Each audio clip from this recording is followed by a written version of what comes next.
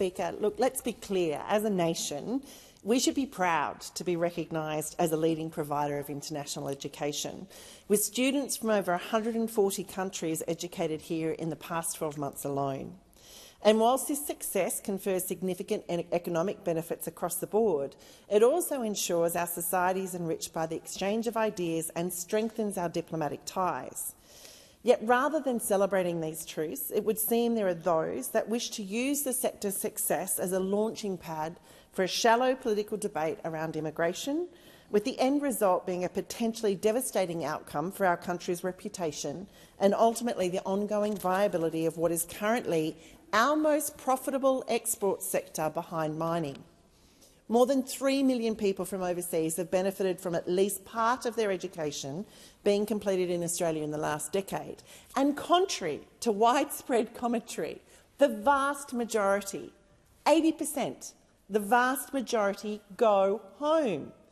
The ones that stay add significant value to our country. They are the emergency doctors who got us through COVID, the nurses who care for our elderly, and the engineers who shore up our cyber security. From a bigger picture perspective, international education generated $48 billion in export revenue in just the last year, second only to the mining sector. Yet we stand here tonight having a debate about removing that export income. I would ask this government, without that income, how will you fund it? How will you provide university services for the domestic students you keep citing? The sector supports 250,000 jobs nationally across the education, retail, hospitality and tourism industry environments. And after years of reform and diminishing government investment, the truth is our current domestic education sector relies on international students to remain economically viable and to be able to offer the courses domestic students wish to pursue. Meanwhile, in terms of productivity, international students are an invaluable resource for small businesses, helping fill skill gaps across the economy. And this is particularly true in North Sydney, which, with over 28,000 small to medium-sized businesses, is the third largest business centre in the country. Fascinatingly, nearly half of the owners of the businesses in North Sydney were born overseas, which is significantly more than the average across New South Wales and Australia. Beyond the economic upside, however, is the fact that, as recognised in the Foreign Policy White Paper, international education is also a powerful tool for foreign policy soft power. The changes in this bill then seeks to make the international education sector will not only limit the operation of several tertiary education providers in my electorate, but would also negatively impact our small business community as labour supply would dry up and demand would diminish. Specifically, businesses offering accommodation services, insurance companies, restaurants, bars and cafes have all reached out to me to express their fears that this reform would affect the livelihood of small business owners. Certainly, quality, integrity and a sustainable growth for the sector are all desirable. But the question is, will this bill produce those outcomes? Or will this bill, with its unchecked powers that it confers to the Minister of the Day, risk the sector's ability to operate effectively and within a free market frame? The Nixon Review identified systemic integrity issues within the international education sector that we do need to deal with. These included collusive business practices between education providers, their agents and non-genuine students who seek to abuse the system for personal gain. And the North Sydney community agrees these issues must be addressed. The community also accepts that international student numbers have returned faster than expected to pre-COVID levels and that the sustainable growth of the sector is genuinely desirable. The bill seeks to address these issues in part by introducing measures around student recruitment and creating a provision that education of domestic students be prioritised ahead of international students. And these measures are broadly welcomed by both providers and my community. But these efforts are overshadowed by the government's overreach when it comes to the unprecedented new ministerial powers being proposed. Ultimately, many in my community are concerned this legislation just simply goes too far, under the guise of quality and integrity, and the necessary checks and balances to ensure effectiveness are conspicuously absent.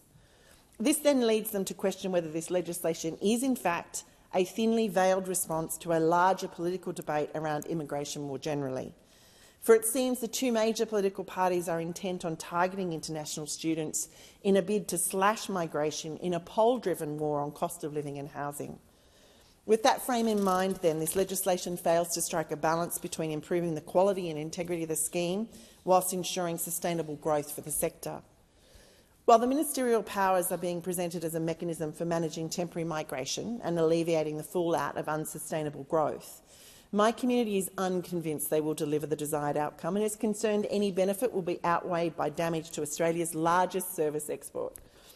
As the CEO of International Education Association of Australia said, while stakeholder consultations are being offered, this latest measure will send all the wrong messages yet again of Australia's reliability as a welcoming study destination country. Coming on top of the recently announced changes to financial capability requirements, visa processing slowdowns and backlogs, prospective students and our education agents will feel incredibly let down. I will be arguing there is real danger of government overreach in this new policy approach. If implemented, the new ministerial powers to unilaterally limit enrolments across entire sectors, institutions, courses and locations create an unprecedented level of government intervention in what is currently essentially a free enterprise sector. Given this, I share the sector's concerns that these powers lack accountability and will be largely unchecked. The fact there's no requirement for the minister to consult before issuing a notice to limit international students at a particular institution is unacceptable, as is the fact the government has offered no indication of how it will calculate enrolment caps for each course or situation. Ultimately, providers are being asked to blindly trust the government on these matters, and unsurprisingly, education providers, including those in my electorate, are concerned.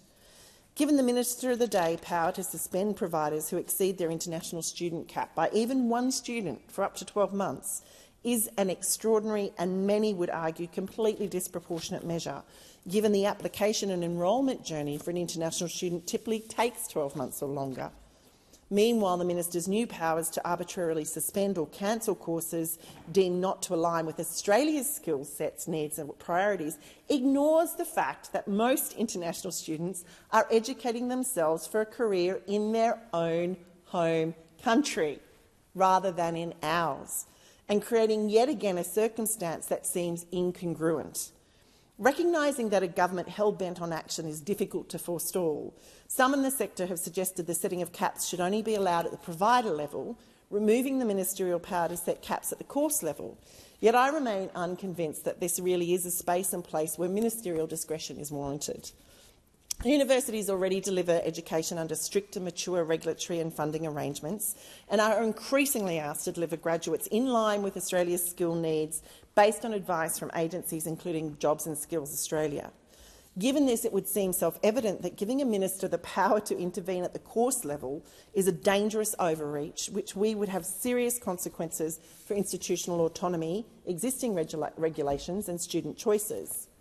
Beyond that, for me, it's simply bureaucracy on roids and risks creating a legislative framework that flies in the face of basic free market principles. Why is it that this government believes an education minister will be better placed to anticipate the needs of those seeking and willing to pay to be educated? Capping overall student numbers is one thing. Setting them with respect to specific courses is a completely different scenario and is one that neither my community nor I am comfortable with.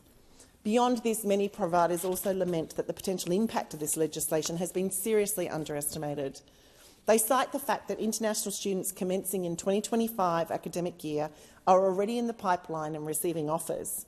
They argue it will be politically and diplomatically difficult to influence the 2025 academic year intake, as suggested by this bill, even if it's passed in this current parliamentary session. In addition to this, economically speaking, international student fees account for over a fifth of total university funding, and consequently universities have come to depend on international student revenue to subsidise their teaching and research efforts, because government funding, under both the current and the previous governments, has simply not been there. A cap on international student numbers then will place these activities at risk, unless additional government funding is found for the sector. Watering down a major source of revenue at a time when universities are being asked to produce more knowledge, skills, opportunities and research will significantly reduce the sector's ability to perform the functions being relied on by the government and all Australians. The proposed reform may also have consequences beyond university campuses, as a reduction in export revenue from international education contributes to weaker economic growth, lower employment rates, less investment in essential services and ultimately damage to other sectors of the economy.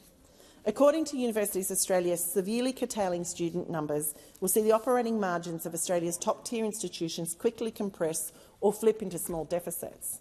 It's clear then that there is more work to do on this legislation to ensure the right settings are in place to bring certainty, stability and growth to this critically important sector. Consistent with the Universities Accord, under this legislation, tertiary education providers will be able to enrol additional students above their initial international student profile where they establish additional newly built supply of purpose-built student accommodation. Yet it's unrealistic to expect universities to boost supply of student accommodation on such a short runway, particularly in the circumstances where land is simply not available, as is the case in many urban centres. You only need to look as far as the debacle unfolding with NIDA and the University of New South Wales student accommodation to understand that building new accommodation is more difficult than it's being made out to be. Labour shortages to build new housing are already at an all-time low, and onerous local council planning rules are a major impediment. This is not to say this measure shouldn't be pursued, but it does need to be better considered with timelines agreed in consultation with education providers and across all levels of government. As part of initial announcements expressing the intention to introduce this legislation, the government stated they will, and I quote, work closely with the sector to implement this policy and establish transitional arrangements that support the sector to manage this change effectively. Yet the fact that the sector is already expressing significant concerns about the lack of consultation does not bode well. Attempts to push this legislation through Parliament may have significant unintended consequences at the detriment of our students, our culture, diplomacy and productivity. And that is why I asked the Minister to wait. Wait for the completion of the Senate Standing Committee on Education and Employment's inquiry into the bill, which is due to report this week, on the 15th of August, so those recommendations can be considered accordingly. Drilling further into the issues related to accommodation, a number of key stakeholders have raised concerns that the provisions in this bill have been proposed before a suite of well-targeted integrity reforms outlined in last year's migration strategy have even had an opportunity to be implemented. In this way, the bill imposes additional level of regulation before the effectiveness of the initial reforms are even understood.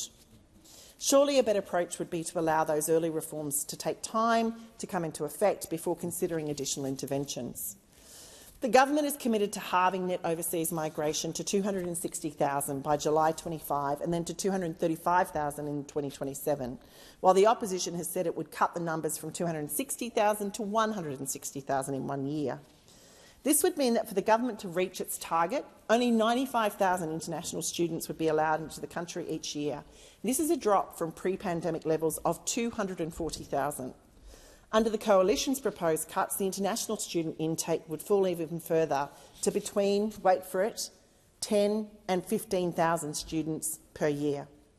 Ultimately, we have to ask ourselves, are international students being used as an easy target in a political battlefield? Seeking to link high migration to housing supply and affordability ignores several realities which the Treasurer himself acknowledged recently when he stated the impact of international students on housing prices is marginal.